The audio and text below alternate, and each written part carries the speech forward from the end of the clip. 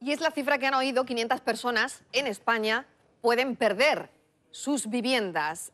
Para comentar esto tenemos a Álvaro Rebollo, abogado, y también nuestro asesor en temas de economía doméstica, y también Elena Narváez, abogada. Buenos días. Es un dato que nos asusta. Efectivamente, ¿no? Estamos hablando de cifras bastante considerables y, lo que es peor, de temas tan dramáticos como es perder la vivienda, ¿no? Es decir, digamos, estamos hablando de un contexto económico que no es perder una capacidad económica, no tener acceso a un vehículo, no tener acceso a una serie de, digamos, por así decirlo, lujos, sino estamos hablando de necesidades fundamentales de cualquier persona, de cualquier familia, y que obviamente son... te llevan a pensar circunstancias verdaderamente dramáticas, ¿no? Cuando uno pierde ya la vivienda, estamos hablando de una situación económica grave y una situación familiar gravísima, ¿no? Vamos a dar las claves para aquellas personas que no puedan pagar una hipoteca, que estén viendo el programa y que se lleven algo en claro. Elena. Sí, hombre, aquí el problema fundamental quizás sea el de la previsión. Es muy recomendable, teniendo en cuenta que el panorama económico de una buena parte de las familias en España ha cambiado sustancialmente en este último año, pues es muy recomendable hacer una parada y analizar cuál es nuestra situación económica, cuál es nuestra capacidad económica y cuáles son nuestras obligaciones fundamentales. Teniendo en cuenta que, evidentemente, la hipoteca es después de la alimentación, aquello a lo que primero hemos de atender, como bien decía Álvaro, porque se trata de un bien de primera necesidad, que además es donde tenemos nuestra residencia habitual, donde vive nuestra familia, donde tenemos nuestros hijos, donde tenemos nuestro entorno, pues es una obligación que hay que atender, porque las consecuencias de no atenderla pues son dramáticas. Entonces, claro, debemos ver cuál es nuestra capacidad económica, y si vemos que no es posible atender los pagos de la cuota hipotecaria, pues lo primero que debemos hacer es sentarnos con la entidad financiera y poder establecer algún tipo de mecanismo, pues o bien de préstamo puente, que intentemos compensar la situación económica que no teníamos con anterioridad, o bien de establecer una NOVAR, lo que se llama NOVAR, que es modificar las condiciones del préstamo hipotecario, bien alargando el plazo para que las cuotas sean inferiores, o bien intentando disminuir dentro de lo posible los tipos de interés. Todas estas situaciones, o bien acudir, si tenemos la situación que legalmente nos lo permite, a la posibilidad de la moratoria en el pago de las hipotecas que estableció el Gobierno, que todavía estamos en plazo.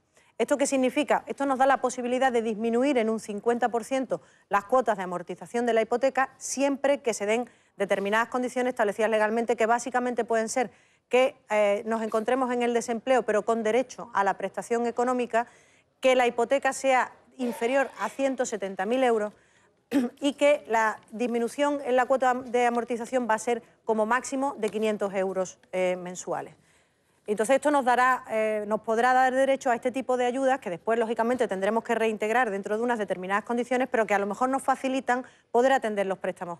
¿Preferible sería vender por menos precio, es decir, lo comido por lo servido, antes de que llegue una ejecución del banco? Por supuesto, por supuesto. Vamos, en una situación como esta... Pero claro, ahora no se vende. Tenemos, vamos a ver, en un contexto, digamos, de mercado normal, tendríamos dos opciones. Una primera, dación en pago. Mire usted, señor banco, no tengo dinero para pagar, este bien vale 150, yo le debo 120, quédese con este bien y liquidemos. Otra opción sería encontrar una persona que te compre esta casa por lo que te queda por pagar de la hipoteca, es decir, que ocupe tu lugar en la hipoteca. Obviamente, pensar en que vamos a tener un lucro, de que vamos a poder vender por encima de lo que estamos comprando, se hace muy dificultoso en este momento. Pero que esas dos opciones son las que se tienen. Y lo que ha dicho muy bien Elena, ¿no?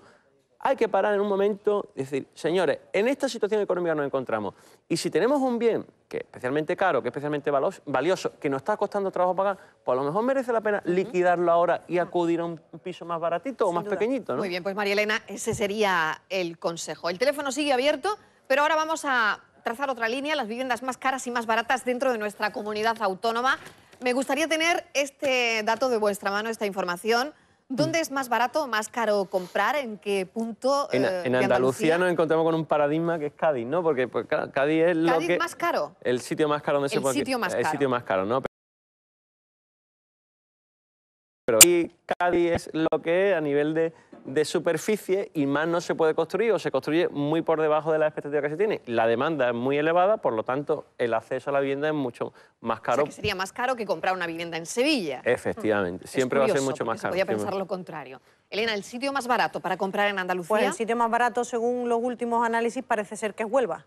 Huelva es la ciudad que hoy por hoy mantiene el precio metro cuadrado más barato. De todas maneras, son cifras que hay que tener en cuenta que son en cómputo, digamos, general por ciudades. Y luego, dentro de las ciudades, la capital tiene mucha diferencia respecto de zonas, por ejemplo, de pueblos de interior. La costa mantiene quizá unos precios metro cuadrado con una valoración distinta. Es decir, estamos hablando de cómputo general, es decir, metemos todo en el mismo saco y hacemos una ratio genérica, pero que no necesariamente se corresponde después con las distintas zonas, que en Huelva hay zonas muy caras y zonas muy baratas, ¿no? Claro, y teniendo aquí a dos personas que saben tanto de economía, tengo evidentemente que preguntarles si el precio de la vivienda se ha estabilizado o seguirá bajando. Vamos a ver, estamos en una situación de ajuste, es decir, los precios de las cosas no se ponen por parte del vendedor, se ponen por parte del comprador. Es decir, una cosa vale lo que alguien está dispuesto a pagarte por ella.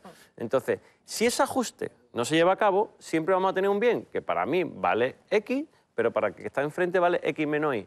Ese ajuste se tiene que producir. Si yo quiero vender o quiero llevar a cabo una transacción de una vivienda, tengo que ajustarme a las expectativas del que tengo enfrente. Claro. Y esas expectativas ahora mismo son bajas. Son bajas por muchas razones. Punto número 1, porque hay poca demanda. Punto número 2, porque hay un stock enorme de casas. ¿Y eso quiere decir que se estabiliza el precio? Eso quiere decir que todavía tenemos época de ajuste. Es decir, hasta que, digamos, la oferta de casa sea inferior a la demanda de casa, ese ajuste se va a seguir produciendo. Es decir, va a seguir bajando paulatinamente. En el momento que ya, digamos, la situación económica mejore, pues obviamente los precios se estabilizarán. Pero ahora mismo vender una casa siempre va a estar por debajo de las expectativas que tenemos de venta. Entonces, ese precio se va a seguir ajustando, se va a seguir ajustando, se va a seguir ajustando, ¿no? Siempre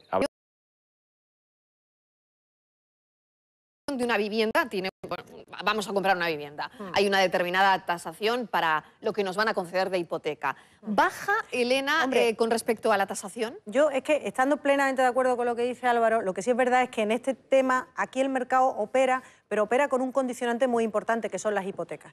Tenemos que tener en cuenta que la gran mayoría de los pisos que están ahora mismo en estocaje tienen unas cargas hipotecarias que se han constituido durante todos estos tiempos de bonanza. Y en esos tiempos de bonanza, y ahí vamos a las tasaciones a las que tú haces referencia, Marilo, pues se han realizado unas tasaciones muy por encima del valor en el que actualmente se pueden encontrar. De lo que valía una vivienda, de lo que valían. Entonces valía porque se pagaba por ellas en esos precios. Es lo que pero decía hoy, Álvaro, lo que uno esté dispuesto a pagar, no se lo que se hacía antes. Pero claro, el vendedor tiene una carga hipotecaria y esa carga hipotecaria, como está hecha sobre tasaciones altas, a veces el precio o el valor, la hipoteca que está constituida sobre el inmueble es superior incluso al valor de mercado que pueda tener el inmueble, o puede estar ahí. Con lo cual, eso es lo que dificulta que los precios realmente vayan al sitio donde deberían ir según las meras reglas del mercado. Y ahí es donde está, por eso el estocaje de viviendas no sale, por eso los esfuerzos del Gobierno respecto de las ayudas van precisamente en que se pongan en el mercado las viviendas al precio al menos de o como máximo de la tasación o de la deuda hipotecaria. Por eso los bancos van a estos Tu Vivienda en Andalucía, a estos portales y se Internet. potencian este tipo con ayudas públicas para que salgan por esa cantidad y no por más, pero tampoco pueden salir por menos. Pues es un tema tremendamente interesante.